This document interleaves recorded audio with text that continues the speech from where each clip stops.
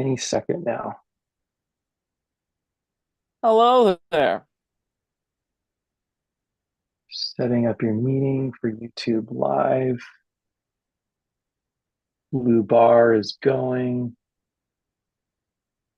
And of course, it automatically directs me to YouTube. So I get an echo, which is a really neat feature. Yeah, that's cool. I don't see any of that on this end, so it's cool.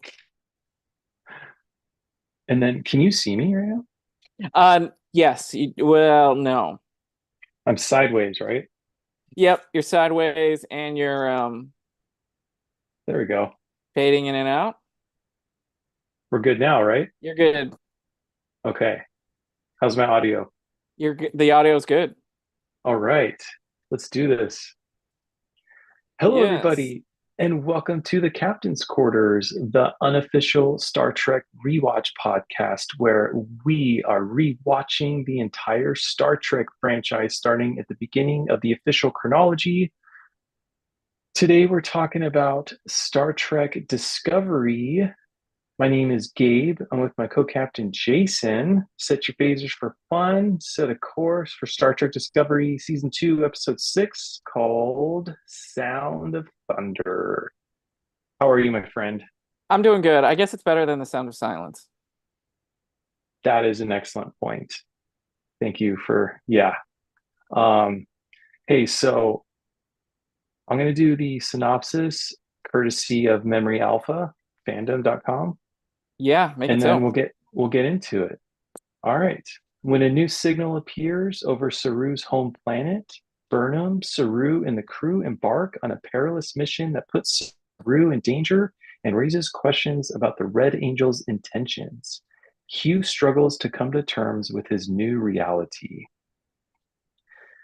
So, Jason, I'm going to come out of the gate swinging here. Fire This away. episode, this might be my favorite Star Trek episode that I've ever seen. And as our listeners would know, I've only watched all of Enterprise, and we're it feels like we just started Discovery, but this episode was awesome, and I loved it, and it checked all the boxes, and there was just so much good about it. I wanted to put that out there.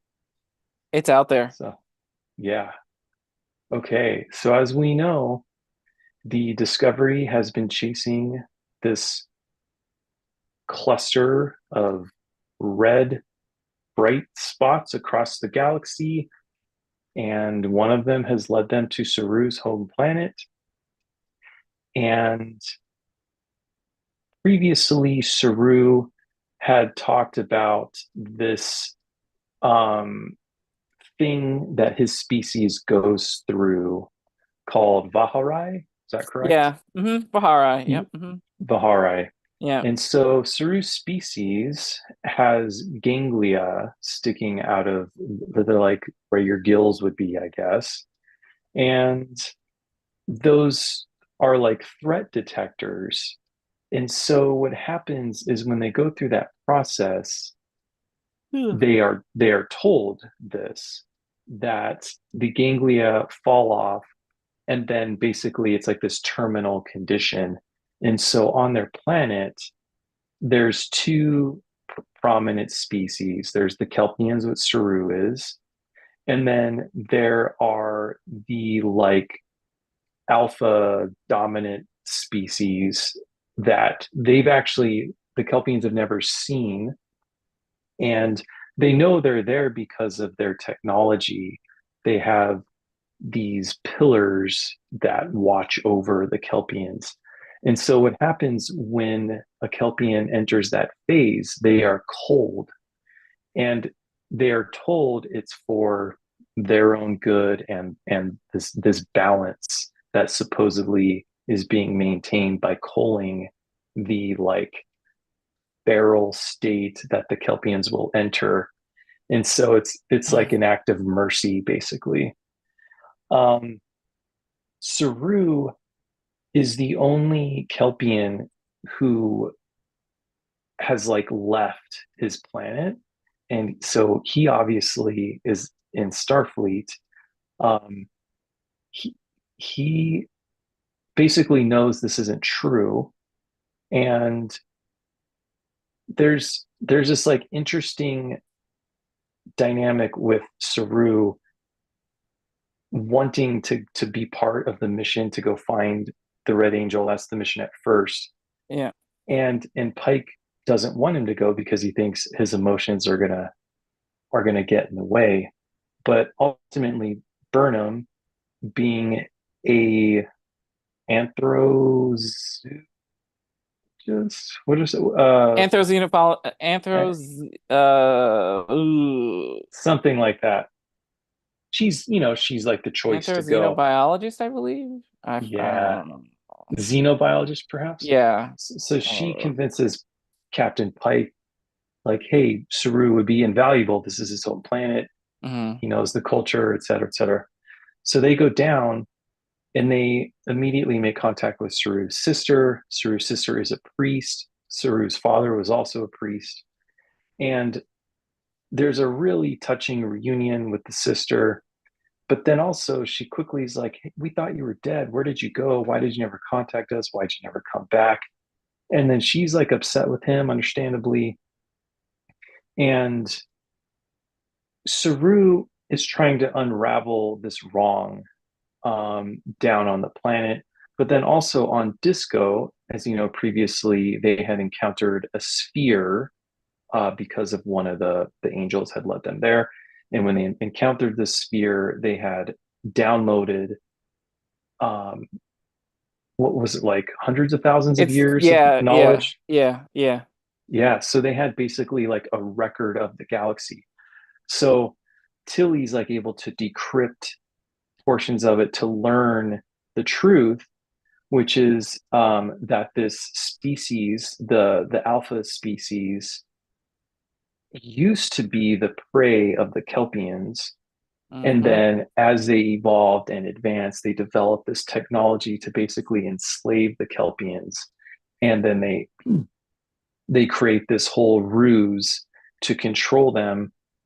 And the primary thing is that when they go under Vaharai, they the Kelpians evolve and and they become the like predator species.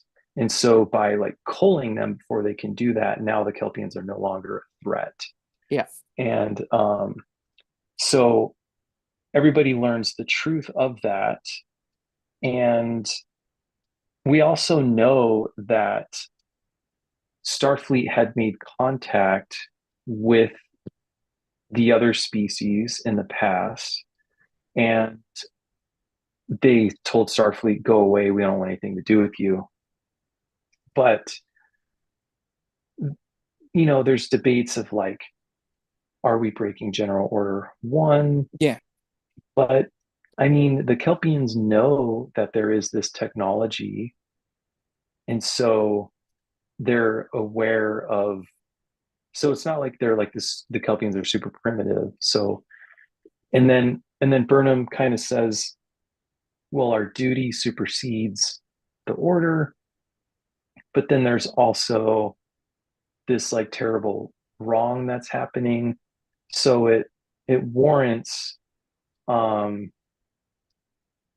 interfering basically.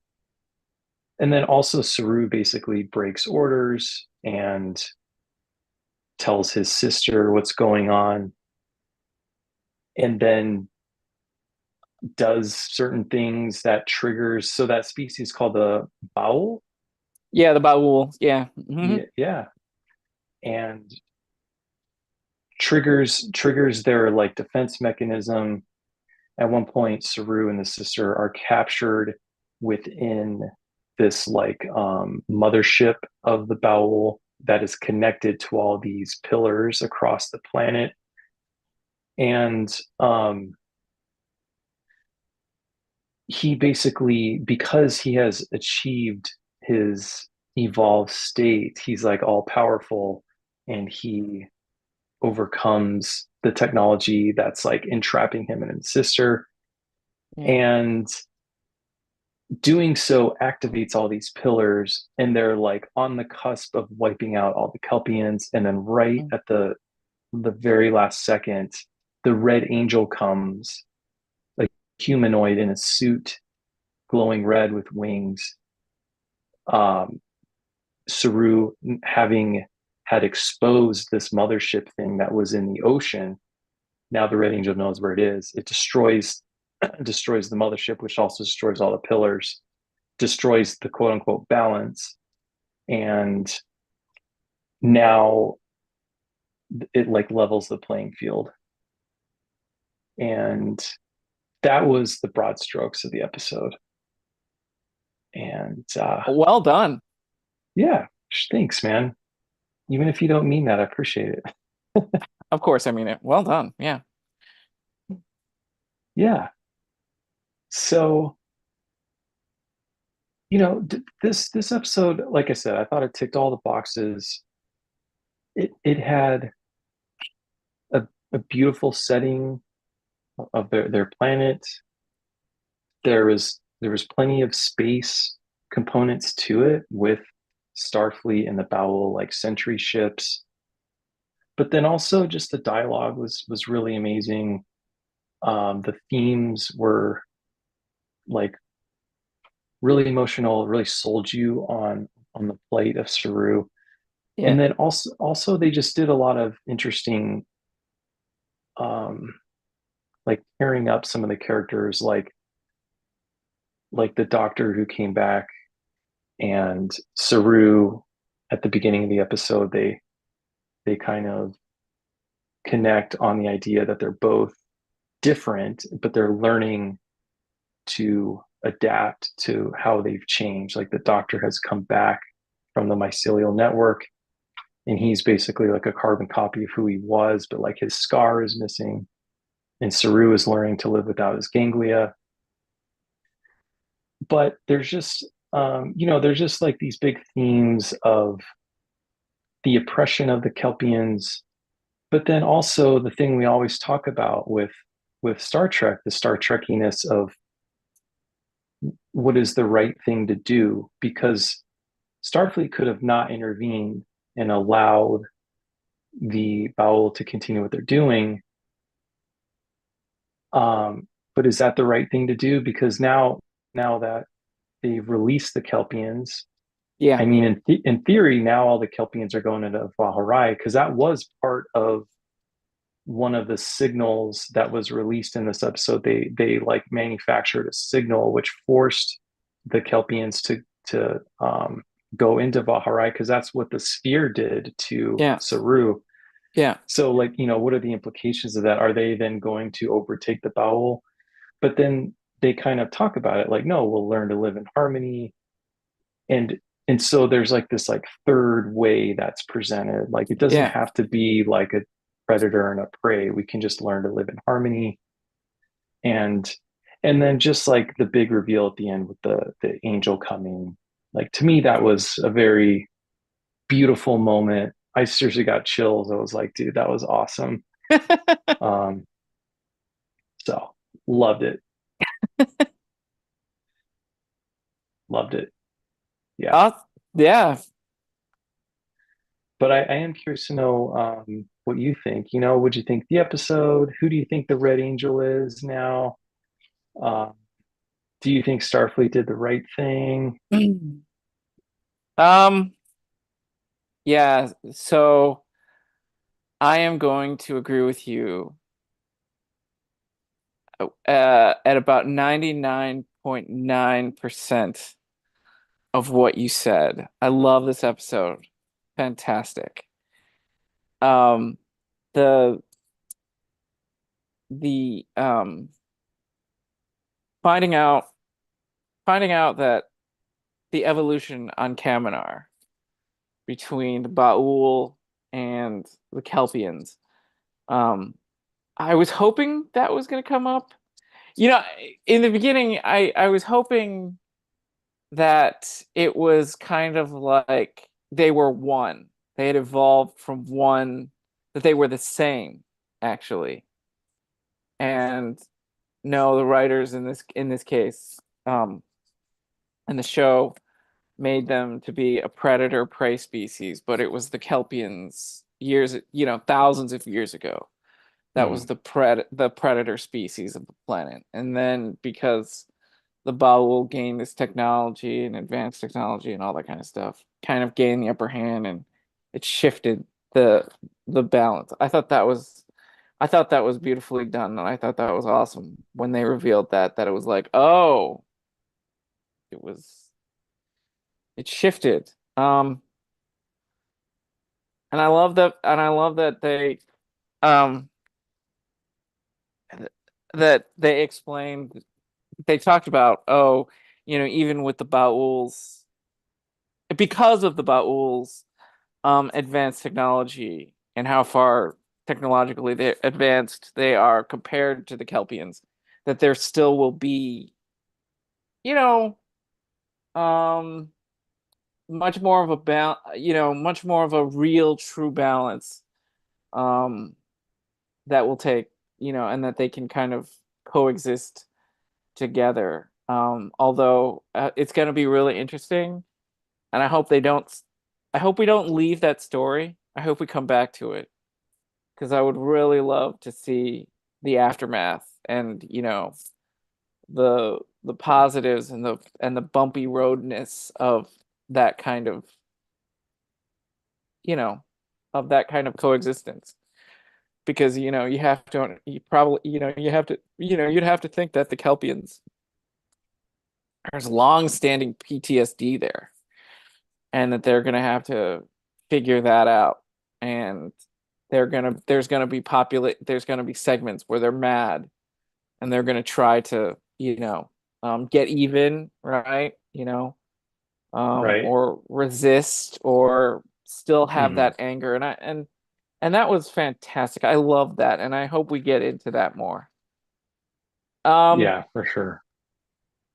and I hope Starfleet does get involved and, like, tries to now mediate, and that there is kind of like this, mission now to like mediate between the two sides, kind of like the Nabooians and Gungans? the Gungans, thank you. Or in any other Star Trek episode where there's a conflict between two species on the planet. I hope we I hope we come back to that story. The the one the one like the one thing that holds me back from giving this an awesome, awesome, awesome like pip score Sure. is the fact that the Red Angel did interfere. Really? Okay. Yeah, You didn't like that? I didn't love that. So okay, for future us, Okay.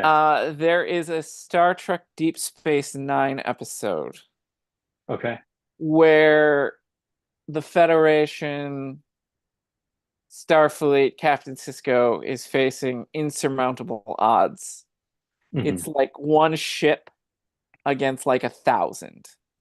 And because of Captain Sisko's relationship with the beings of this entity that they're in, this these aliens destroy the thousands of ships. And we'll Right. get there.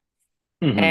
And this reminded me of that, where it's Sure. Discovery versus hundreds, if not thousands, of these beacons of these, that was going to obliterate the Kelpian and commit genocide. Sure. And it was a little too close to that. And when we get there, I will also say I am a little disappointed. I was a little saddened that that's the way that they resolved that. Um, Did you see it coming? Did you I did think that at the not. last moment? Yeah, I did not see that coming. That was a surprise. But then when it did happen, it totally took me to that Deep Space Nine episode that we're gonna get to. But so I so I have a I have yeah, I have But then the other thing though, but the other side of that coin though is at the end of the episode, near the end of the episode, Pike and Ash Tyler are having this conversation of, okay, well, the Red Angel has saved, you know, saved the Kelpians, it saved the the folks on New Eden, and it has done, and it has appeared to Spock. And so it's kind of like it's kind of like the it's kind of like a discussion about Superman, right? Right. You're cool with him because he saves he saves the planet and he saves Metropolis and he fights against evil. But he's this all-powerful being, right? But Hmm. what happens if you flip that and the Red Angel starts to go in a different direction and doesn't do the things that you're hoping? Hmm. And I find that to be really, really interesting. So I hope that's the exploration that we get to have in the coming episodes with the Red Angel, is that it's done so many good things Yeah, that, you know, what if it turns? What if it sides with the Klingons? What if it sides with the Romulans? What if it sides with, the Borg or whomever, that you're like, uh-oh, now we can't.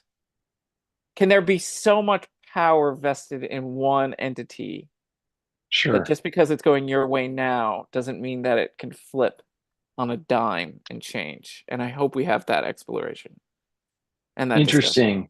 Yeah, very interesting.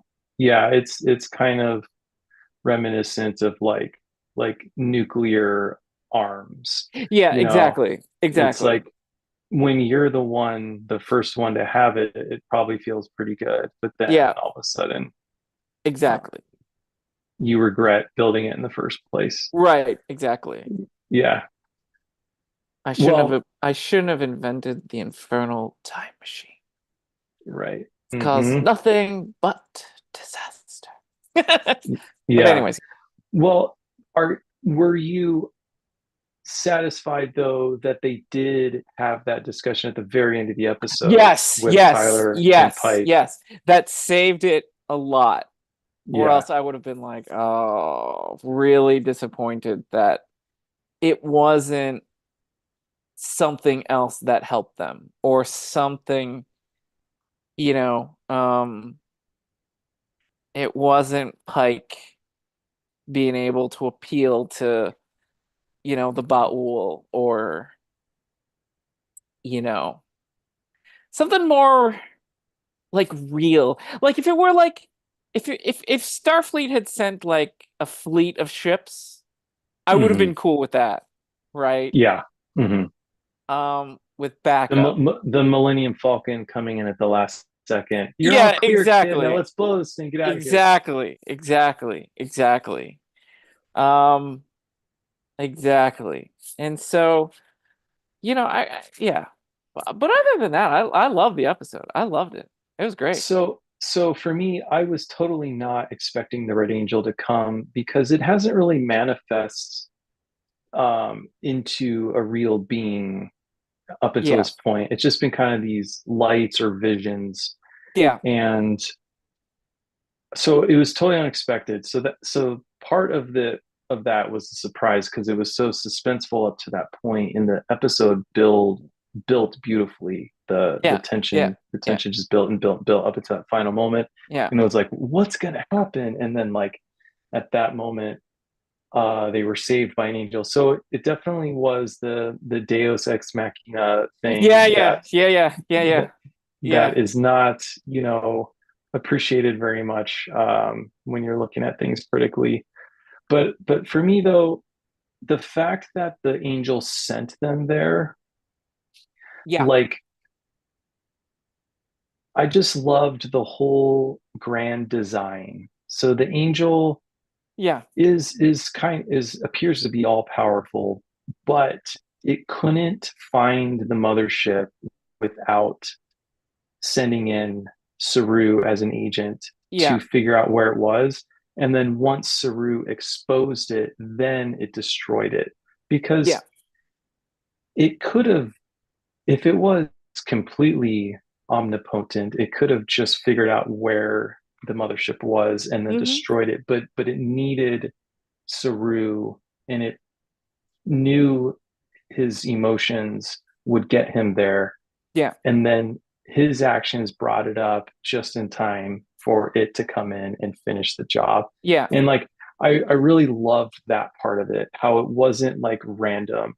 Like like if Starfleet had just showed up and there was no precedent for um if they just like randomly showed up, Yeah. then that would have sucked because that would have been Deus Ex Machina. Like, Yeah. and Yeah. Yeah. Yeah. Yeah.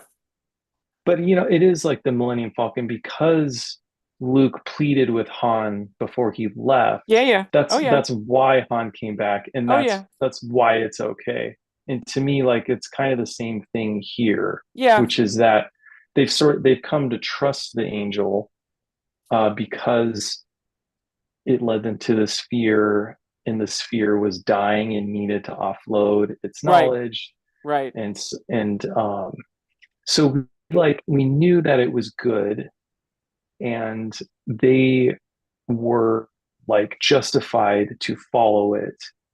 And then Totally. the fact that it was this whole plan, Yeah. really just I kind of live for that stuff. I just love those moments in TV, like or movies, whatever. Sure. The like the Eagles coming in to save Frodo at the end of Yeah. Yeah. and Yeah. and Yeah. Return of Yeah. the Yeah. King. Yeah.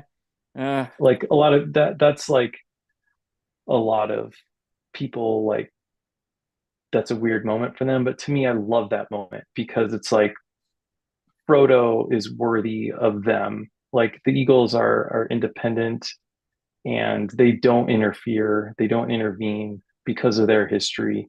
Right. But like this was a cause that was worthy to them, and Frodo earned that like ride home. Right. Right. Right. And Right.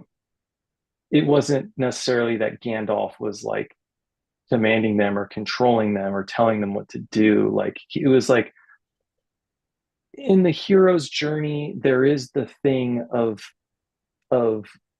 I think the original classic model of it is achieving enlightenment and then bringing that enlightenment home. And like to me, enlightenment is like divine, and you have Sure. to earn it.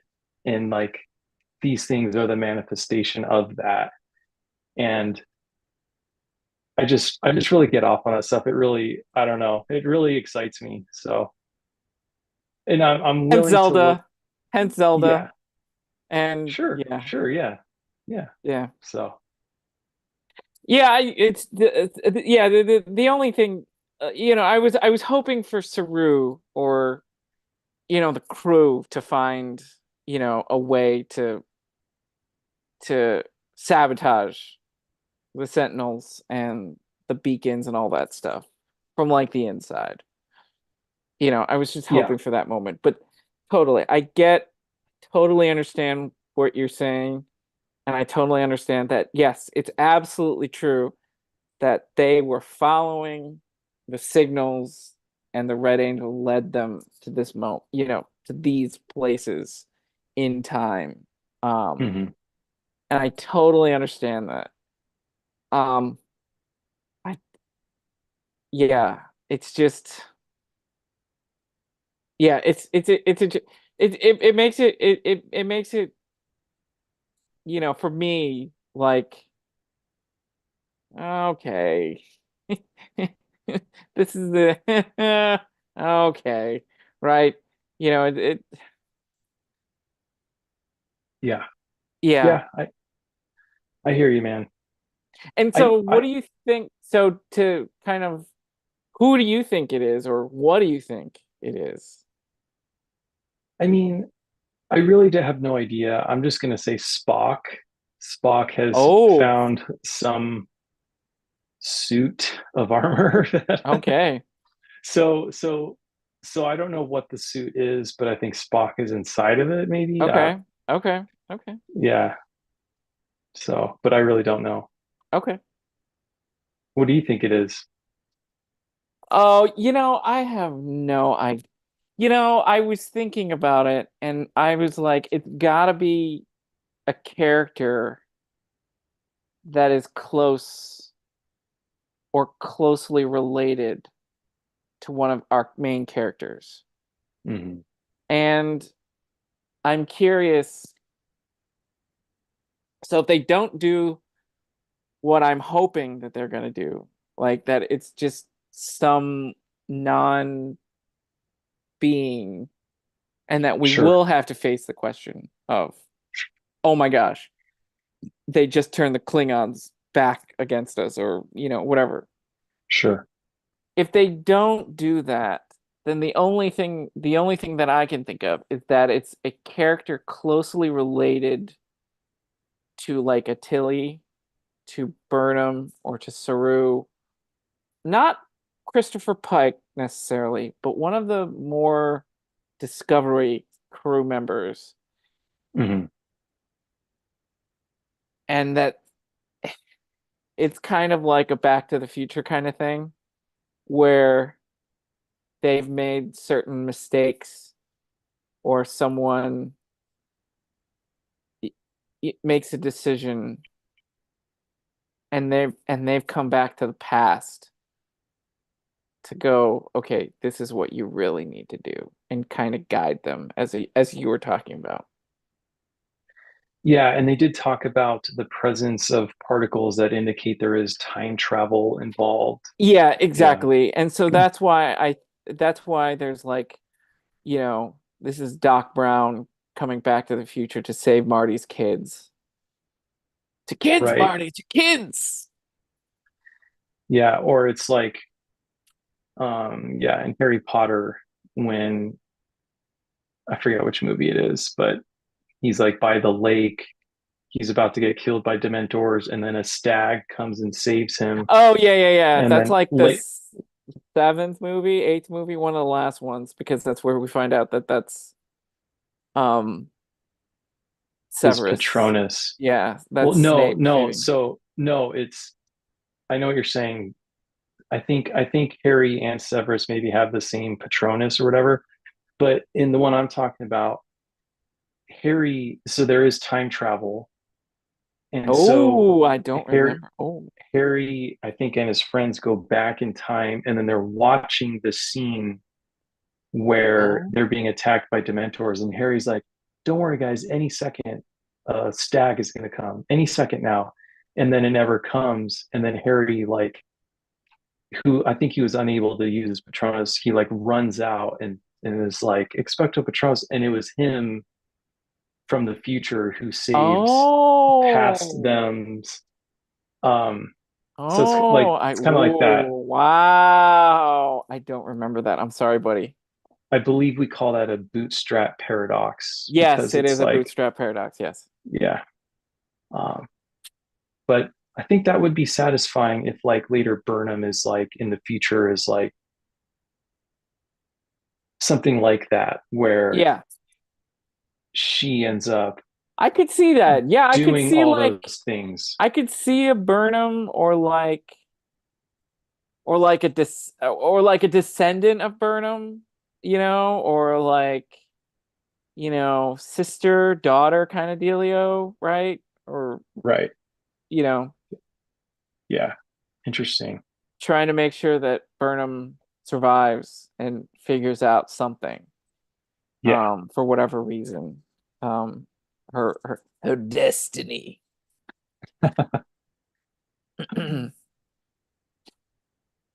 Man, we're pulling on a lot of nerdum right Yes, we now. are. Yeah. Well, I think this episode deserves that, like, because it does Yeah. pull on a lot of those themes that you were talking about, Yeah. and that it's quite universal in a lot of ways. Sure. Yeah. I think you've turned me a bit on it. I was at an A plus. I think I'm at a solid A now. I'll give it a Oh no! 95%. Oh no! I don't mean to change your mind. No, that's fine, man. It's okay. Okay, all right. Well, I'm not like holding on dearly to my opinion. So okay. yeah, there's a reason we're talking about it. It's all Yeah, good. yeah. So yeah, I'll give it a 95%. Okay. How many pips are you at, buddy? It's 3 pips. It's like I said, really, really, really good episode. Um, yeah, Beautifully shot, beautiful dialogue. yeah, absolutely. There's a quote. The world Bur- building of Kelpians and yeah, Kaminar and the Baul, I loved it. Loved it. right. But the emotion throughout the episode too, um, because it wasn't just world building, it was this tragedy of the Yeah, Kelpians yeah, and then their ascension from it. There was a quote um, that there's a Greek tragedy that Burnham quotes. oh, yes, Uh, yes, yes, yes, yes, yes. he who learns must suffer, and even in our sleep, pain that cannot forget falls drop by drop from the heart. Yeah, And that's just a small example of some of the really good writing in this one. yeah, And the monologue at the beginning from Saru yes, to how it connected with multiple characters, and then the way they paired up characters, um, Saru and Dr. Colbert, and then as you said, Tyler and Pike at the end. And there was a few of them throughout the episode yeah, where the two characters would empathize with each other. They're kind of going through the same thing, but just different versions. And I just loved it. So yeah, it's good stuff. it was a really good episode. No doubt about that. No Yeah. question about that. So I officially love this show. I it is I will say it's probably my favorite. It's my favorite Discovery episode so far. Yeah, hands And it's down not for even me. close. This was great. Because the Star Trek fan, it reminded you kind of like of a mock time where we go back and first see Vulcan, right? And Sure. we find out that Saru and his sister's still alive. Yeah, that was fantastic. Do we know why it was called The Sound of Thunder? I have no idea. I don't either. I have no idea. Usually you're on top of that. Yeah, this one I was like, oh, interesting. I don't know why. Hmm. I didn't know why this one was called Sound of Thunder. Potentially because of the Baul, you know, Yeah, like, raining down hell. yeah, I was about to say the same thing. Like the Kelpians experience with the Baul is very removed and they know they're there. It's kind of like you can't see the lightning, but you can hear the thunder. Yeah, And so they can't see the Baul. They don't know pretty much anything about them, but they feel the presence of them because of these pillars and the great balance that's enforced on them. Um, cool. Well, we're going to talk about Star Trek Acolyte, the Acolyte. And so, Star Wars. oh, sorry, forgivable mistake, right? Forgivable, absolutely. I mean, Um, yeah. but was there anything else with this one you wanted to talk about? With Star No. Trek? Yeah, no, Okay. no, like I said, I hope that, I hope we get more of the Baul Kelpian story. Yeah. Um, yeah, Can that's my only hope of can it. they actually live in harmony? Yeah, Can they exactly. actually live in harmony? Exactly. And how that Right. plays out. Yeah. Yeah. Well, But yeah, no, oh, let's move on to the Acolyte. okay. So you've watched 3 episodes. I have watched 3 episodes, yes. Okay. And what do you think? I, I, Off to a good start. it's not. I don't. I the first, I don't know. I don't know, buddy. The pacing is uneven, I think. Yeah, There's a lot of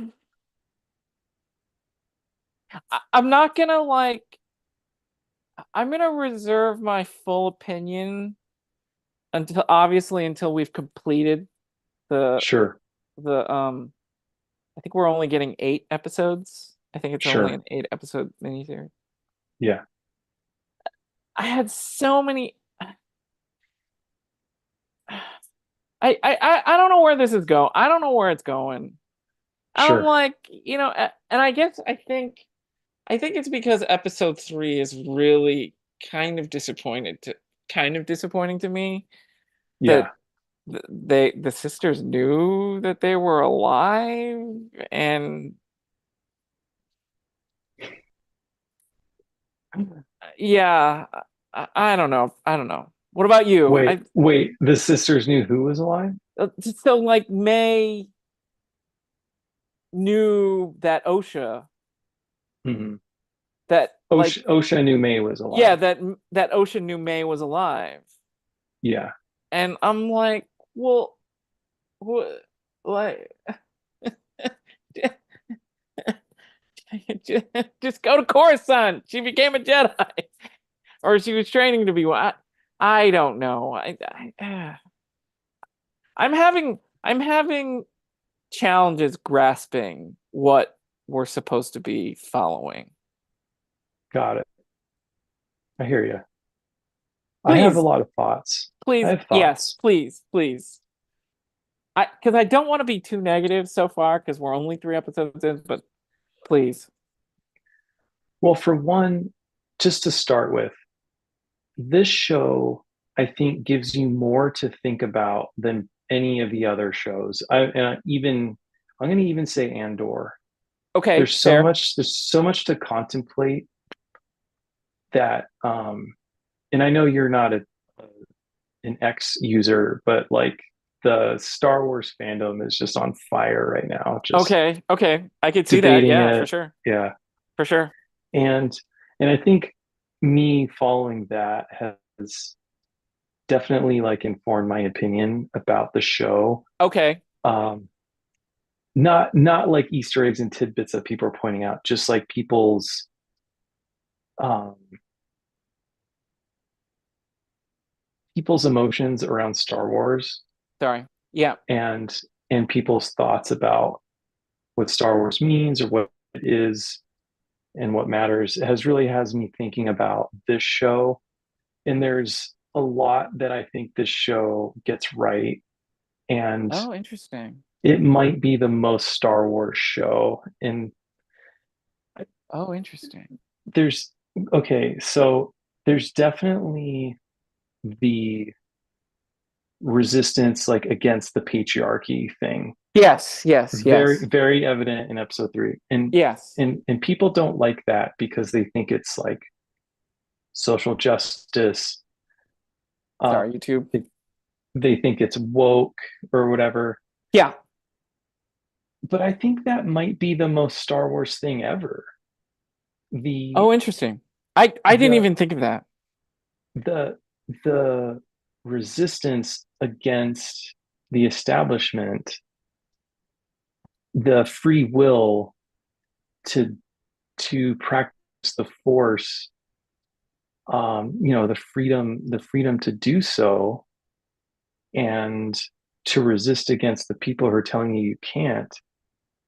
I mean, that's a very Star Wars Yes. sentiment, right? Yes, it is. And then also the portrayal of the Jedi in this series, I think finally gets right what everyone has been saying about the Jedi all along, because they do things that are blatantly out of bounds. The Right from the get-go, I think it was episode 1, um, the bald green female Jedi Oh, yeah. Mm-hmm. is like ready to frame Osha Yeah. because she's worried about the political blowback. Yeah.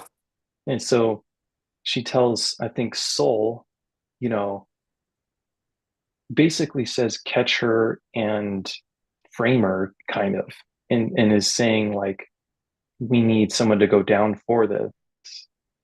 And so that is the evil side, the hubris of Jedi that people are always talking about when they talk about the prequels. And then also just the really like um, icky way that they're forcing the students to take the test, Right. and then them not being welcome on Borkin. Is that the planet? I forget what the planet's Karlak? called, but is that what it's called? The planet where the coven lives. Oh, So yeah, yeah, yeah, yeah. Yeah, I yeah, think you're right. Yep. it starts with a B, I think. I probably completely Brendak, butchered it, but right? Brendak. Brenda. Yeah, sorry, thank you. And so the way, because like Soul is, you know, he's like the Qui-Gon figure. Right. Even he is like sneaking around, spying on them, and obviously informing Torben and everybody. Yeah. And then they uninvited come in and are like enforcing their rules, which do not apply on this planet. Yes. And um, it just really feels gross, right? Yeah, it And does. then Yeah. and then even the way they're manipulating the kids during the test. Yeah. And somebody's had a funny comment on the Star Wars Explained channel where they're saying like that they were giving like telemarketer vibes, where Totally. they were Totally. Yeah. just Absolutely. yeah, being very cheesy, Yes. salesman-y. Yes. Yes. Um, but then even darker than that. So in episode 3 here, um, May starts a fire, and we need to talk about that a bit. But there's an explosion. The whole Mm-hmm. coven is dead. We also know that Torben hasn't spoken to anyone in 10 years, Yep. and he's so ashamed that he kills himself. Yep. And so I think the implication is that, for many reasons, not just that, but you know, I think we can assume that the fire that May started was not enough to cause the explosion. Something else happened that we're going to Happened. see in Yeah. another Sure. Sure. episode. Sure. Sure. Sure. So I think the idea is that the events that we just saw in episode 3, we're going to see from all the perspectives. We're going to see it from the perspective of the Jedi, from the perspective of May, Oh, from the perspective of the Coven. interesting. Oh, And interesting. and I think the struggle that Torben is grasping with is that he killed the Coven or created the explosion, or perhaps the Darth Maul lady when she possessed him. Perhaps Right. she possesses him and then uses him as a dark Jedi to kill the Coven. But like whatever he did was horrible. And I don't think it's just that he's ashamed that their actions like set off the chain of events that Yeah. ended in everybody dying. I don't think it's just that. I think he had an active role in all the death and destruction. And Oh, so interesting. now we're talking about murder, So do you think Jedi's he's murdering. the villain then? The whether you want to call No, it Sith villain or no, I think he was inexperienced and enforcing the quote unquote rules. And Oh, I see what you're saying. he was so dogmatic about them that he I see took what you're it to saying. that level. And so like this is a Jedi that plural Jedi that I can get on board with um, bashing the way that people do with the prequel Jedi, which Yeah. as you know, I'm not totally on board with. Yeah. But is like the sentiment across all Star Wars fandom of like the hubris of the Jedi. But you know me, man, we haven't debated about this in a long time. But like, I just watched Return of the Jedi with my daughter for the first time on Friday, and like, Nice. Nice. I just In the don't. theater? I no, No, just just at at home. home. Okay. Okay, cool. Yeah. So I just don't. I mean, even at the end, Obi-Wan and Yoda, their grand plan was for Luke to confront Vader and kill him. Like that's what Yeah. they wanted. Yeah. And then Luke like finds the righteous path, which is I'll confront him, but I'm not going to kill him. I'm going to convert him. And so like that is a display of Luke's power. Like Luke was even more wise than Yoda, and we're supposed to revere Luke because of that. And I know we probably don't agree on that. That's fine, No, but no, no, that's no. just how I I agree. feel No, I about it. agree. No, I agree. No, I agree. I mean, that scene, that's why that scene is so powerful when he uh cuts off Darth Vader's hand, he stops, right? And Hmm. he looks at his own hand, his Yeah, own mechanical hand, right. and he says, "No, you know, I'm a Jedi." You know, he stops. Um, at the same time, yeah. So, Yeah, yeah, yeah. but like even Yoda and Obi-Wan, even they are in the struggle of two extremes. Like in their Yes. case, the Sith must be eradicated and killed, and that is the only option. And then the Sith have the same view of the Jedi. They have to be killed. And Mm-hmm. so Mm-hmm. they're Mm-hmm. Mm-hmm. two equal opposing forces. And then here Yes. comes Luke with like a third point that neither of them was wise enough to see and saves the galaxy in the process. Um, so my point there being that um, like a lot of people take the Jedi from the prequels as as what they are in the show, as beholden to politics and uh, protecting their own, as opposed to protecting the people and doing shady things that they shouldn't have done. And um, I just don't see it. I mean, I understand that that is like the narrative, but this show does it right in my mind. It's more overt and it's like in your face, Yeah. and you can't, and it's you can't refute it. Whereas like I feel like I can defend the Jedi from the prequels, and we've talked about this before, Yeah. and so that's what I like about this show.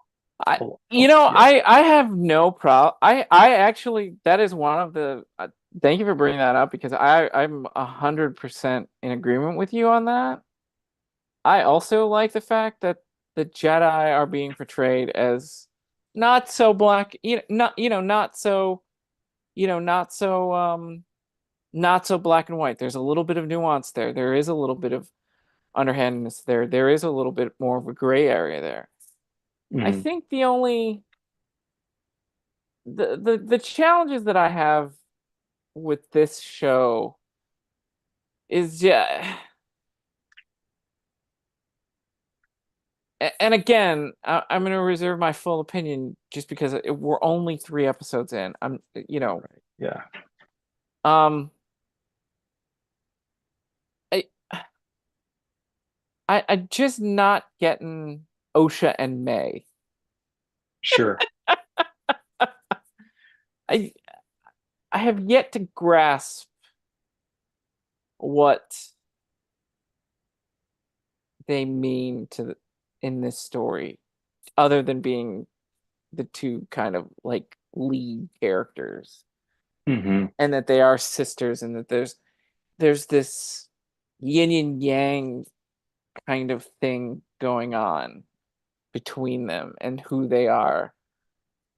Yeah. well, and so one thing I do like about the show is how it borrows from the other stuff. Like it's like every era has its twins, right? Osha Hmm. and May, Luke and Leia, Rey and Ben, Yeah. and then possibly Anakin and Grogu, who we know were born in the same year. Um, so it's possible that the Mandalorian is building up to the idea that like Anakin and Grogu were born of the Force, and they are a dyad or something. Oh That's boy. Oh very boy. speculative, Oh but God. the Oh. timing is interesting that they're the Oh same year. boy. Oh boy. Oh God. Thank you, J.J. Abrams and this dyad stuff. Oh Hey, God. that's Filoni, man. Oh, I guess, but Filoni's the Grogu guy, though. Yeah, So yeah, yeah, yeah, yeah, yeah, yeah. But yeah, when did they ever say that Grogu and Anakin are? they don't. It's just Oh, they're thank you. the years work out such that they're the same age. So Okay. born the same year, which Okay. is Okay. very suspect. Yes. So what And is then that? and now we know that Filoni was involved in this show per an Yes. interview that came out today Yeah. on the Star Wars website. Um, Okay. so yeah, I would hope that he is. yeah. Because because then they're trying to weave, at least we'll know and hope that they're trying to weave one story into a larger fabric of what the broader Hmm. universe is going to be about. Yeah. And that we won't have, a cluster of three movies that don't make sense. I'm just saying. I hear you. Um, so there's so one of the things that everybody's up in arms about right now, and it's partially Star Wars Lucasfilm's fault because they came out and said it's going to break canon or something. And so Oh, pe and so what happens is that in this episode we find out that um May and Osha were created from the Force. from the Force, yeah. And so what people are like glomming onto is the idea that like, well, that was Anakin's thing, or the Yeah, but it was way. supposedly Anakin's thing. It wasn't ever. Mhm. But go ahead. No, you're right. That's 100% my critique of that critique, which is that the prophecy never said this has only happened once, Right, or but and then even that he's the chosen one, not the right, chosen two. right. So, but they're also saying that Anakin was created from the Force, I'd never bought and that. these people were created by a Force Right. user. I forwarded you that tweet You from like did. 5 years ago, Yeah, yeah, yeah, yeah, yeah, yeah, um, yeah. where there was a comic that shows Palpatine with his hand on Smee's belly, Yeah, or Shmi Skywalker. What's her yeah, name? yeah. Shmi And Skywalker, I think, yeah. yeah, and so the author of that comic came out and said, "No, I am not suggesting that Palpatine created Anakin. So fine, take that off." Then there's also the book Plagueis, which is no longer canon, even though it came out after the acquisition. In that book, Plagueis and Sidious are, quote, trying to make the Force more dark. And so they're performing a ritual to try to influence the Force. And the Force, as a response to their ritual, creates Creates Anakin. Anakin Skywalker, So yeah. it's like a byproduct. Right. But again, no longer canon. But even that book, which would be the most direct story about this event, Yeah. doesn't say that. And then Yeah. I guess Sidious learns about, oh, we did this and it created him. Now I Yeah. should use the kid.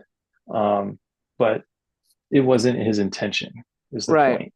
Right. Right. And so what people are saying is that there's been all these like groups who have tried to create force sensitive clones and none of them have succeeded. And then this show just comes in and just out of nowhere, like, yeah, no problem. This coven just does it. And so they have a problem with that. But I even have a problem with that Well, critique because she starts out by saying the force isn't some power that you wield, it's a thread that So even though later on she says, or the Darth Maul lady says to her, "You created him, I carried him," whatever.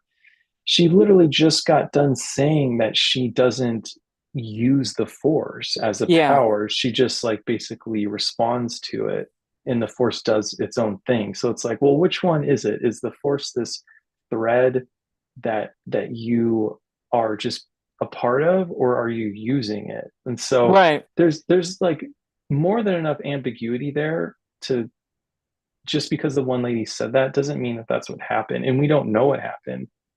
We know it was something dark because they're like, because the way she says it goes, what if they find out how you How created they were, him or yeah, yeah, something? yeah, yeah, yeah. Yeah. Because And, and that's Mother Anastasia that yeah. claims that they were that Manosha um they were born without a father, and that they were, because they did live with an all with a coven of witches. Hmm. Yeah. So people have a lot of problems with that. I don't, I because don't. we don't know what happened, but the show literally went out of its way for Anastasia to say that the Force isn't something that you wield.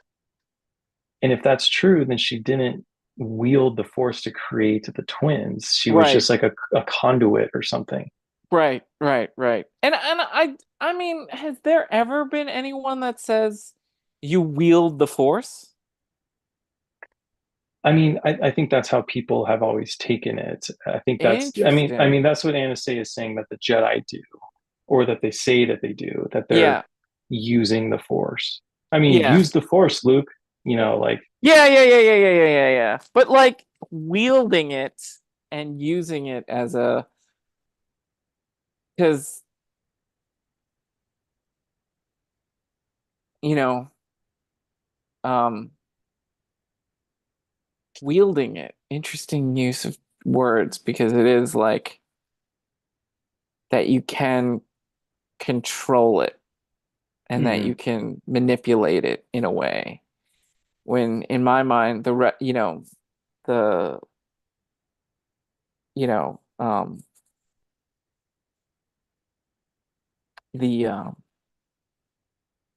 just the way you use is just, you've been able to kind of not harness it, but just kind of, you know use it in a way, not control. right. Hmm. But yeah, I mean, there's so much to talk about. I mean, it's like, is there a connection between the Coven and the Witches of Dathomir? Yeah, Is is the Sith controlling May someone we know because they have a mask on? Does that mean that it's somebody we know and they're hiding their yeah. identity? Um, The other thing are too that we haven't that I'm curious if that we're willing that we're kind of missing, but should consider, is that they established this was 100 years before the Great Republic, right? right? Yeah, So, uh, so in my mind, there is a there is a different way of thinking. There's a knowledge, like there's a Great Republic knowledge gap that has not been established yet. And, what they know in this time period compared to what the future, the Great Republic and, the Luke era and the Daisy Ridley mhm, era, like it's obviously an earlier, you know, interpretation of it.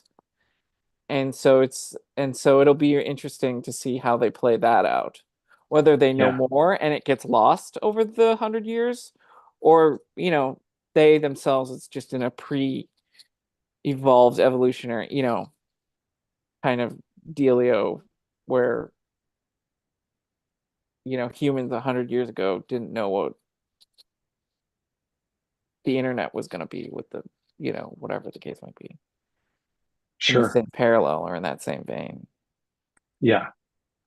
Well, so I believe this era is called the High Republic, And so there is a whole bunch of books and stuff about this era, which I have not read. Okay. But apparently, the Jedi in those books are fighting this group of force wielders called like the Mill or the Nile or something. Okay. Okay. And do you know if that's going to be carried forward into this?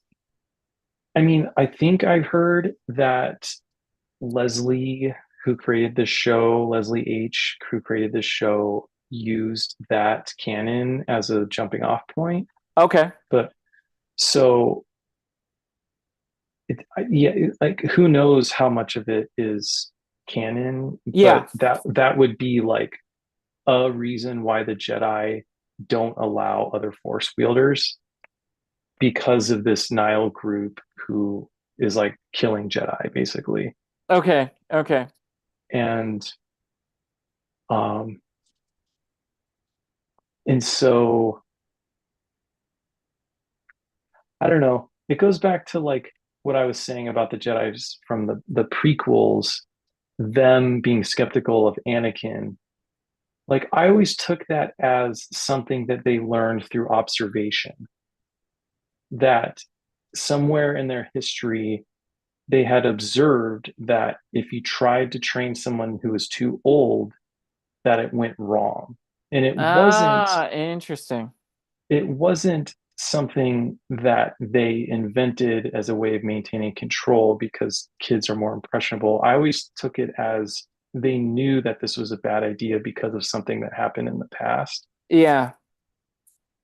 Um, and I kind of want to close the loop on that. Is like that was one of those things that's like used against the prequel Jedi that I just never bought into. Yeah. And then also Anakin going bad is proof that they were right, that he shouldn't have been trained. He should have just been like Sure. sent on his way.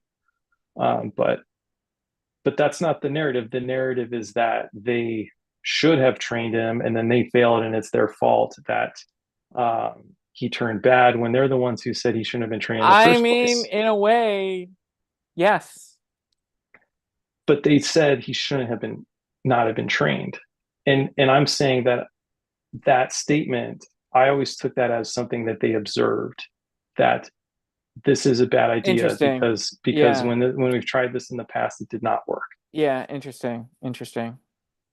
and they tried to stop it at the point when it mattered, which was Yeah. at the beginning.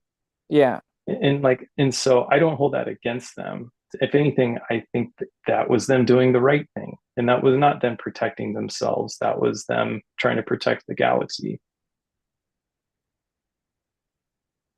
But I know that that's not. I mean, you listen to any of the Star Wars channels, even the ones I really like. Um, they say the same thing, that it's all the Jedi's fault that Anakin turned bad. So, but I want to point out another thing with the Coven is that she, right off the bat, she's talking about the threads. It's very interesting because if you remember in Ahsoka, the three Fate Witch sisters Yes. are all about the threads of fate. Yeah. The Great Mothers. Yeah. And so those are, Dathomir witches. Yes. And so to me, that's like this pretty blatant connection between the See, Dathomir witches and the Coven. I hold my own. I, yeah, I'm gonna reserve that to say I don't yet think that. I think that the Coven of Witches on Brendock are their own separate entity of witches or Wiccan, however you want to call it. Um, There's clearly a parallel there, though. yeah. There is a parallel, but I'm not willing to go as far as like they're the same, and that they Yeah, meet I'm at not the either. Rotary I'm not Club, either. Yeah, on Tuesday nights, right. I'm not either. right? So yeah, Yeah, agreed. But I mean, there's clearly an inspiration yeah. um, or a Oh yeah, connection there. oh yeah, for sure, definitely. but like I keep saying, Star Wars is just it is a big enough universe that we can have more than just one set of Wiccan. Right. Oh yeah. But I mean, you have to think the one who carried the twins is a Darth Maul Yeah, yeah. Oh yeah. species who was closely tied to the witches. Yes. And that makes sense going back to Clone Wars because of Mother what's her name, Hmm. It doesn't matter. Yeah, I know what you're talking about. Yeah, who helped Darth Maul and his brother. yeah. Savage, his brother Savage. Yeah, Savage, really? yeah, Is that what his name was? I thought yeah. that was Savage Ventress, no? Is that her name? Wasn't Ventress's? So here's a problem. I don't have internet right now, so Oh, I okay. can't Google anything. Okay, So if okay, I say okay. things that are crazier than normal, it's because I can't verify them as I'm Oh, saying okay, okay, okay, okay, okay. it. So I mean, there's that connection. And I believe that it is confirmed she is that same species as Darth Maul. Okay, yeah, sure. And those witches That makes sense. um, you know, resurrect. Uh, they use the Force to like enhance Darth's brother, Darth Maul's brother, etc. Yes. So um, yeah, and then there's so many mysteries with this show. The weird Force visions that Osha experiences. There could be so many implications with that. Yeah. Um, it's interesting how like the most some of the biggest characters have those throughout the series. Yeah. Anakin, Luke, Rey, you know, and then what do they mean? Sometimes they don't seem to mean anything, but Yeah. No. Yeah. the, Yeah. Yeah. but in Anakin's case, it was they were visions of what's going to be or what could be. Um, and, uh, you know, and that was something that happened when he was a kid, but also when he was seeing the visions of Padme dying. Right. Um, so I've been meaning to go back and watch those scenes to see like what's happening, to see if they indicate something, to see if they follow up with that. Because there was just like little things in the first episode when Osha's repairing the ship and she's like that fire starts on the Yeah. ship and she Hmm. kind of like zones out like in the moment that didn't mean anything, but now you know that a fire is what potentially killed or what she believes killed her whole family. Right. Yeah. And I don't know. So a lot of things to speculate about and theorize about. And I like how it's witches and lesbians that are the like heroes Yeah. because like I'm amazed at how toxic the Star Wars fandom is. Like, Yes. there are so many people who are tweeting as if those things are like derogatory. Yes. They're like um, just using lesbian as a derogatory term. Yeah. And I'm like, what year is it? Like, is this seriously happening right I now? know. I But know. but it's I know. but it's also like, how are you a Star Wars fan? Because again, this is my take on Star Wars. Like Star Wars is very clearly a part of it is like anti-Nazi. It's Yeah. anti-fascism, Yeah. anti-authoritarianism. Yeah. Like there's so many parallels between Palpatine's ascension and Hitler's ascension. Yeah. The Yeah. Yeah. Yeah. Oh, ascension, yeah. Yeah. the Yeah. the ascension to Chancellor, the Yeah. ascension to Emperor Fuhrer, and then they both use stormtroopers Yeah. Yeah. and they Yeah. and they build their army um, they consolidate power and build up an army and rule with an iron fist based on a lie, you Yeah. know, and it's very clearly like a cautionary tale about that type of power, but then also promoting like destroying that power. Yes. And that's, I mean, that's what Luke is. And that's what the Allied forces were. Yeah, yeah, yeah, yeah. Yeah. And Yeah. um but and so the idea that like like part of the fascism like Nazi thing is the super male, the ubermensch, The the anti-alien. the ideal male, Yeah, yeah, yeah, yeah. Yeah. right? The strong thing. Yeah. And Star Wars is so against that. I mean, Yeah. like when Luke goes to Dagobah, he's looking for Yoda.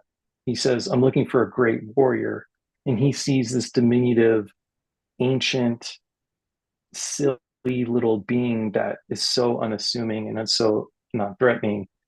Luke, Luke is um, falling into that trap of believing that like this great warrior must be this giant, like I don't know, muscular, uh,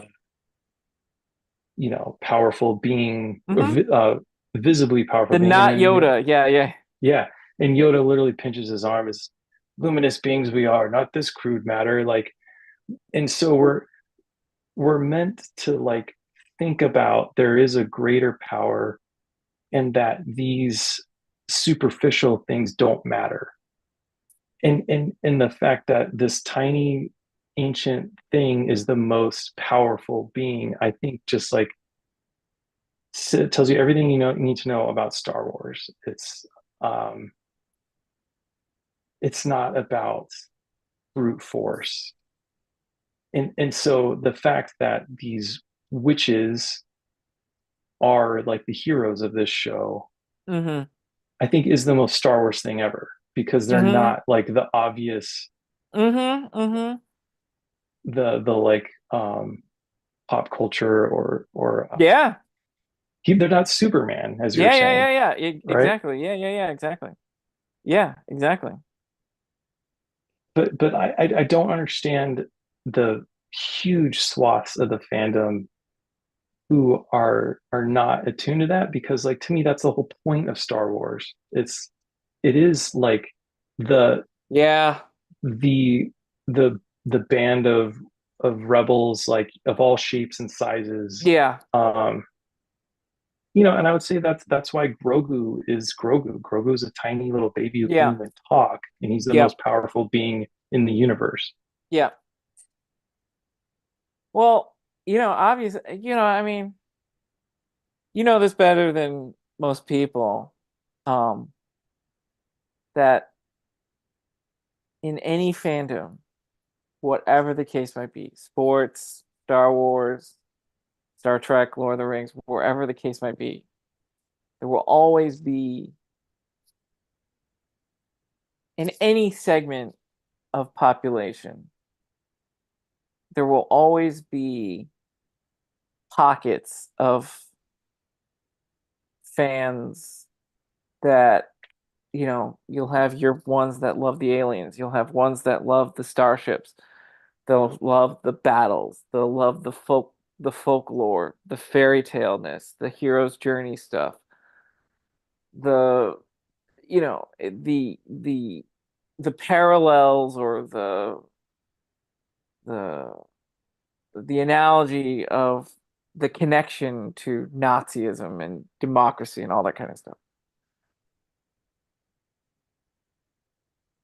And yet there will always be in every fandom, because we're humans, that there will be this nasty, you know, part of fans that,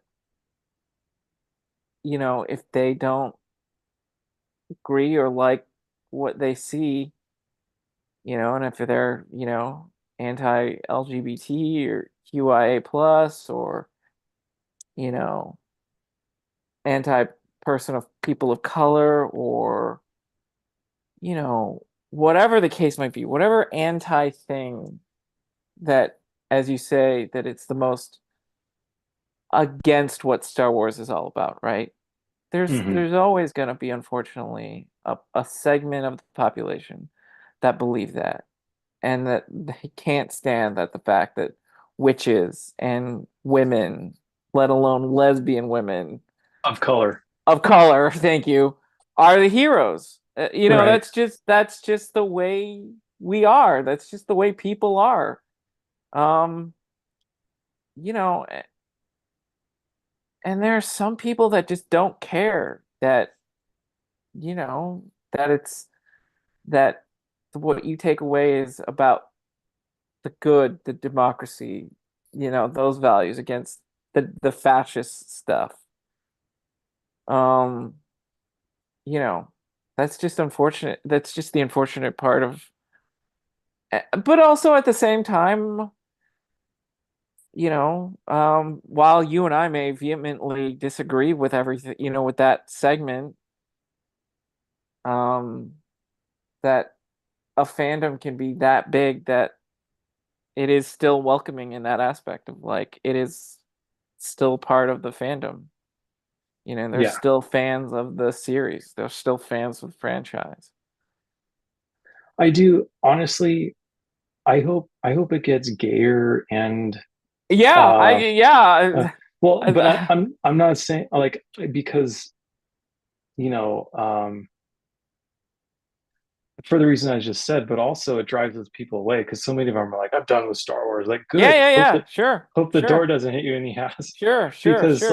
like as you said, every fandom has those people, but it does feel disproportionate in Star Wars. Like it feels like, and it Yeah, could it could just be right now because something's new and there's a lot of talk. yeah, But I mean, like, have you heard of the Daily Wire? It's like a right yeah, wing. yeah, yeah, yeah. Even they tweeted an Oh article God. where the I don't have the headline again. I don't have the internet, but it said something Yeah. like Star Wars, um, basically like Star Wars ruins franchise with lesbian witches or Oh something. God. Oh, come Yeah, on. yeah. Oh, come on. That's ridiculous. And see, like I don't see that kind of vitriol in other fandoms. You know what I mean? Like to that degree, like that's Well, I crazy to mean, me. I think because Star Wars is just that big. It's just that big. It really Mhm. is. I think it's Yeah, bigger than a lot of other fandoms. Than, and because it does touch on those specific topics, and because of how large it is and how much of a I you know, it's American folklore, basically, right? We don't mhm. have, here in America, we don't have Greek tragedies. We Right, don't have Roman, mythical gods. Star Wars right. is like one of the closest things to that, to a mythology. Mhm. And it speaks to a lot of people because of it, Yeah, right? absolutely. Yeah, And I think it's just because of how big Star Wars is, and and how much it speaks to so many parts of to so many segments of the population, right? yeah. And I always say this because, Star Trek is so much smaller, right? It's so much smaller. Hmm. Um, and we won't go into the reasons why I think, why it's smaller, but it just, and when you have something that big, it invites many, many, many, many more voices and many, many, many more people. And Yeah, I hope I'm wrong that it isn't disproportionate, that it's not like yeah, I that don't it is know. just a It's fringe, really a hard to vocal, say. a vocal minority. It's really hard to say because it is a big part of it is that, like, oh man, we're gonna really get in that bro nerdy masculine culture Yeah, that I've never gotten, right? I just Mhm. I just never got it. Like if you're gonna be a nerd, own it. And if you're gonna be bullied, you know, don't turn around and become the bully yourself Right, and right. go spreading around this nasty stuff on the internet because you yourself as a Star Wars fan, and I don't want to offend anybody, but you know, unfortunately, that's just No, I what's mean, laid to out me, there. like, It's yeah, real. to me, it's like you're not welcome here. Like, I don't understand why you're here. Like, Yeah. if you're that person, how is this your thing? Like, how do you not have a profound sense of right and wrong? If They may be the Empire fans, right? I mean, their theme song might be Darth Vader's March, and that's what they're looking for, right? You so never they're know. so they're rooting for the guys who lose and obviously Yeah, are going to right. lose. There are certain people there right now that politically, I Yeah. mean, it ebbs and flows, right? And it's Mhm.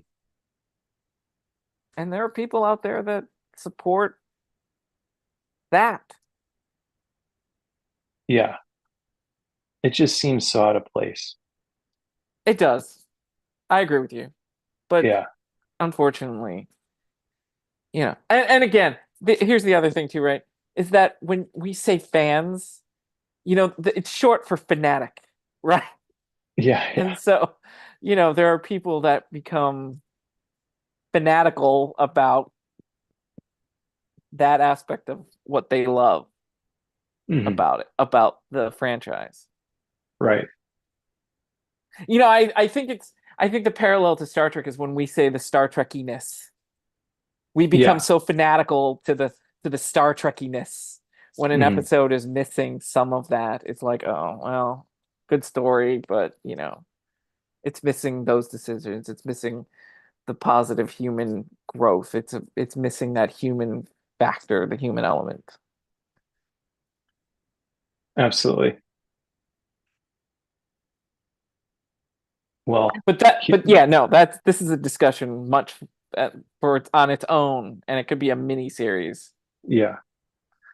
Well, again, here's to hoping that they continue to include more Asians and Black people and gay Yes, people and women yes, because I stand by that is the most Star Wars thing. absolutely, It's the absolutely, unlikely band of rebels absolutely. defying odds. And you know Um, what? And that's the thing too, right? Historically, we look at witches, and it's like, as casting spells and evil and mhm, all that stuff. But it's really those women who pushed the boundaries, who thought outside the box, right, right, in human history, and they were just deemed as, you know, witches, Wiccan, you know, right. The burning of others. the witches. Yeah, the burning of the witches. Thank you. Yeah.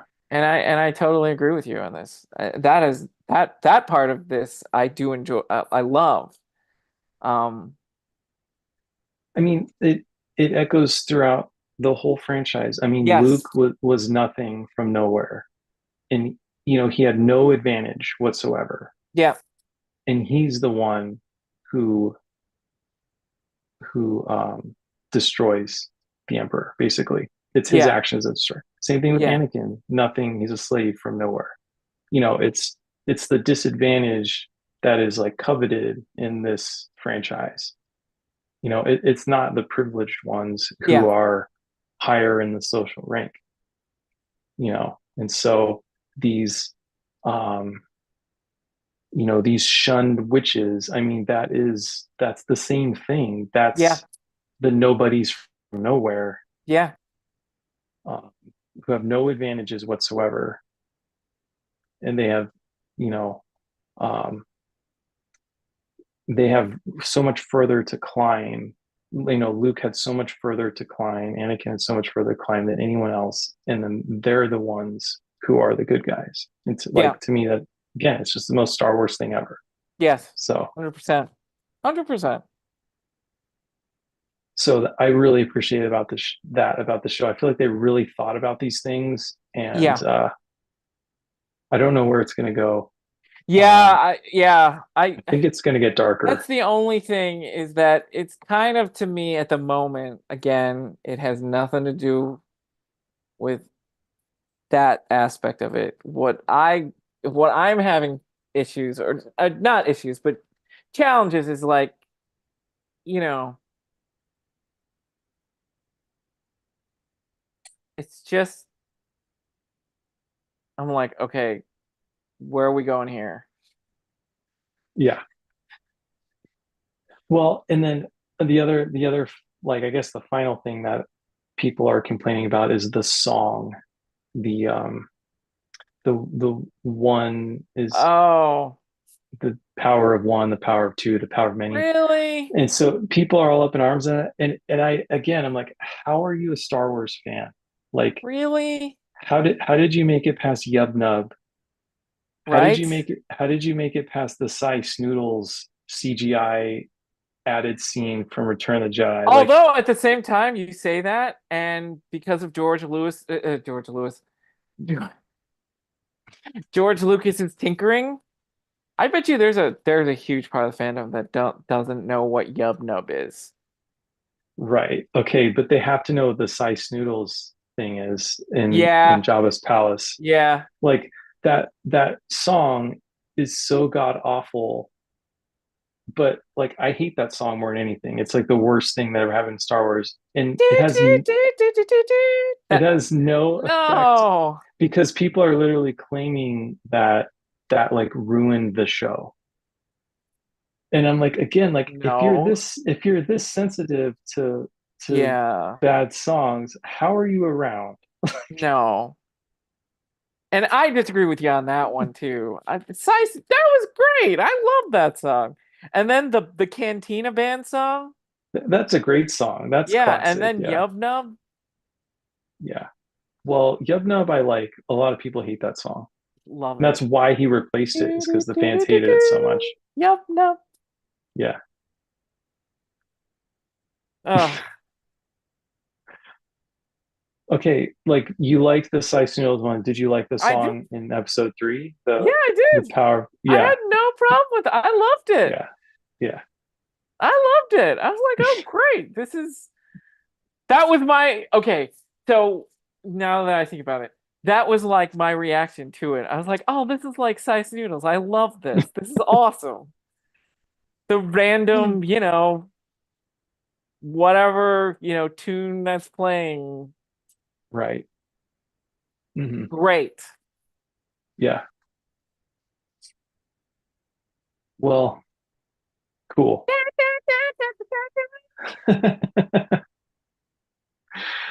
The like call and response part of it, where she's like, and then the three Yeah, chicks go, yeah. yeah, it's I so loved it. Yeah, cringe. it's I hate so it. good. It's so good. And I Yeah. love that it's like random too, because you're like, okay, they just dropped that scene in there for How many millions of dollars do you think back oh then my was gosh. CGI? Oh my gosh. Those are like early days of CGI, right? Yeah, right. And you just see this long-lipped alien female singer just pop onto your screen out of nowhere, and you're like, he was doing acid when he wrote that scene, but He had to have, yeah, yeah.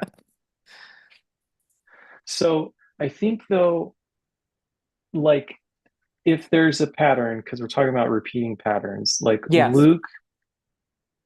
Luke is destined to confront his father, but instead he converts his father.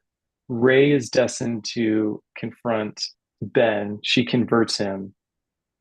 So I think Osha is destined to convert May. May Like I think the show is leading towards a showdown between them, right? That they're going to between have to yeah, yeah, fight, yeah, yeah, yeah, yeah, and yeah. that's just going to have to And kill its I'm sister. hoping that it doesn't, because there are so many other ways to resolve things I think than she's going to bring than May that back to pattern. the light side. She's going to bring May Interesting. back.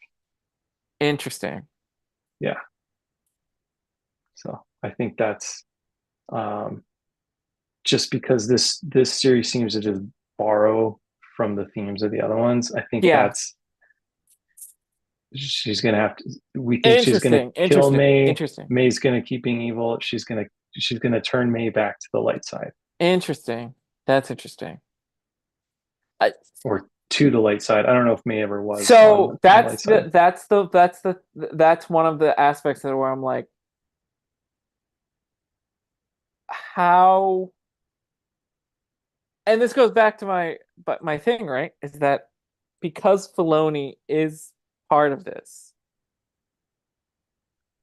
and again, because we're only 3 episodes in, I mean, that's what I'm really interested in seeing is what are they weaving this for? Like, Mhm. how does this weave into the broader fabric, the quilt, Yeah, as you will, of the bigger story? And I'm just yeah, and I'm just not entirely certain at how this weaves into the rest of the story. yeah. It almost could be 10,000 years before Yeah, episode exactly. one. Yeah, exactly. The Exactly. fact that it's 100 years before, and then getting what we got is like doesn't really add up. And So that's yeah. why to me, I'm like, it's not adding up yet. But again, we're only 3 episodes in, but I say Mhm. that, but there's only 8 episodes in total. Yeah. And I don't know if there's going to be a season 2 or whatever the case might be, but like, you know, we're getting pretty close to the end, even though we're almost halfway Mhm. of how this kind of neatly packages and bundles it up. Right. I don't know, man. I'm still convinced Yoda is going to show up. I would love it if the masked guy was Plagueis or Palpatine. Oh Um, God. I knew you were going to react It's that a way. big enough story. It's a big enough universe to have different stories. I get that, but I I I also, have they even ever committed to Plagueis though? I don't think they ever have. what do you mean? Oh, I guess. I mean, yeah. I mean, I guess. I mean, You mean yeah. I'm besides the book? Yeah, yeah. And besides the couple lines in the movies, right? I'm just yeah, not entirely certain that they're going to commit to like that story. yeah. No, I have no idea, Yeah. but I do think that because the the Sith have been extinct for over a millennia, like that whole thing, that statement is not true when he says that, because Palpatine and Plagueis were running around Right. for Palpatine's an old man. So Right. how old do you think he is? If he's a human, I 60 mean, years if old. he's humanish, yeah. Yeah, so at least 60 years. So that statement in that moment is already wrong. Right. Yes. And Yes. so um but it's defendable because it's only two of them, and they're purposefully operating in the shadows. Yes. Yes. But Yes.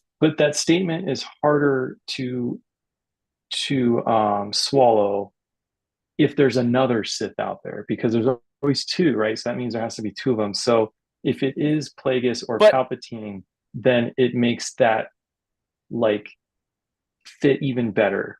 It's just these two guys running around the right, right, right, shadows. right, right, right, right, right, right. See, Okay. that's where I'm hoping that it's not that connected and that it is at this point, yes, they are there, right? We obviously know that they are there somewhere. Right. But in this instance, that it just so happens to be other elements of dark side users. Right. Not necessarily Sith. Yeah. I just think that was I was like half paying Because if they attention do till some point. appear, right? Because if they do Yeah. appear, then what he said was completely wrong. And how do you lose Right. that after 100 years? Exactly. Unless Did unless they Mask kill them Guy? all. Yeah. Well, did Mask Guy have a lightsaber? I don't remember. At the end of episode one, No, I don't. I can't remember. In my Oh, head, he's holding a red lightsaber, but now I'm like, I don't know. oh, he could have been. So Oh, he could so have been. either way, he's very Sith-like. I mean, Yes. he looks like a Knight of Ren. Like, Yes. Yes. Yes. Yes. Yes. yeah, Yes. Yes. And whether they go down that route, who knows, right? yeah, yeah. I mean, maybe it is Plagueis and May was supposed to be his apprentice, but then that doesn't work That'll be out. So yeah, interesting. so then he has to find Palpatine. That'll be interesting. Or yeah, exactly, right? That if this is a Plagueis story, right? If this does lead into Darth Plagueis, Yeah. that would be interesting to see. That May is the apprentice that gets killed, and then he has to replace her. Or she gets converted to the light side. So he's Or like, she gets screw it. converted to the light Yeah, side. Yeah, yeah, yeah, yeah, yeah. yeah, yeah. Which at this point, I'm convinced just because that's the Star Wars thing. Uh, I think that's what's going to happen. I See, don't think May's side. I'm much more hoping that it's much more heartbreaking than that, I and hear that you. she does have to kill her. I hear you. Yeah. But again, that's not the heroic thing to do. I know, I know, I know, I know, but you know me, I'm very much more of that Shakespearean Mhm. tragedy. Yeah. Well, we've been talking for about an hour and 45 minutes. Yes. And I And knew we would because we were talking about Acolyte, even we were though it's talking only about, the first three episodes. yeah, we had to cover 4 episodes of TV about something we're passionate about. So Basically, yeah, basically. it'll be more manageable next And you week. know, the other thing too is like I'm probably gonna go back and watch those three episodes and like, yeah, Yeah, see, there's before a we bunch of talked, things that I probably missed. there's a bunch of stuff I wanted to watch before we talked tonight. I wanted to watch some of the scenes from The Acolyte, but I also wanted to go back and watch some of Rise of Skywalker and listen to what Palpatine says about the dyad. Because Oh does he give a time God, frame? he Does he does. say he says a dyad in the Force, and then doesn't he say there hasn't been one of those in? Yeah, I think so. Doesn't he say He something like does that? say something like that. It's been some time. I could be Right. wrong, Yeah. and it's just So I want to him go. and I'm going to go yeah. back and watch that for sure. So just that scene. I'm not going to watch the Yeah, whole yeah, thing. yeah, yeah, yeah, yeah, yeah, yeah. Yeah. Terrible movie. All right. Anything else? No, I think we've got it. And then by the time we meet next again, episode 4 will have dropped, right? Because it Yeah. drops Tuesday, if I remember right. Yeah. Yep. Yeah. Okay. All right. And also I've been playing a lot of there's a new Star Wars game called Star Wars Hunters. It's kind of consumed my life. I'm definitely addicted to it. Oh, So what platform is it on? it's a mobile game. Yeah. Oh, okay. It's a PvP player versus player like arena Oh, game. okay, okay, Yeah. okay, okay. So I streamed a little bit of it on this channel that we're on right now. Oh, okay, cool. Kind of on accident. Nice, nice, But nice. Like it. I mean, it is yeah, content that we do talk about, so yeah. So clearly. anyone who wants to play with me, just leave a comment and I'll add you as a friend and we can battle together. It's fun. Nice. It's a lot So of do you fun. create like a Sith or a Jedi and then you just You can customize them, but there's a cast of characters, and so there is a okay. Sith named Reeve, and she's become my main, as they say. I've been Okay. maining as Reeve. Okay. Yeah, she's pretty badass. Okay. Cool. So yeah, but there's a Wookiee, there's a stormtrooper, there's a Skora, who's the same species as Greedo. Mm-hmm. Um, and it's addicting for sure. I've been waiting for this game for they announced it years ago. Speaking of Yeah, which, did you know that Greedo was played by a female actor I did. I and recently that learned she that. passed away? She just died. Yeah. Yeah. I was like, Yeah. oh. I didn't know that until she died and it Yeah, was in the I didn't news. know that Yeah. either. And I was like, damn. Yeah. I'm Yeah. like, Rest in shit. I'm peace. like, how the hell did we? How did that go? But how of all things did that go under the radar? Damn it! I was like, shit, that's awesome. Yeah, I didn't. Yeah, it's crazy. Yeah, Yeah. I don't know, man.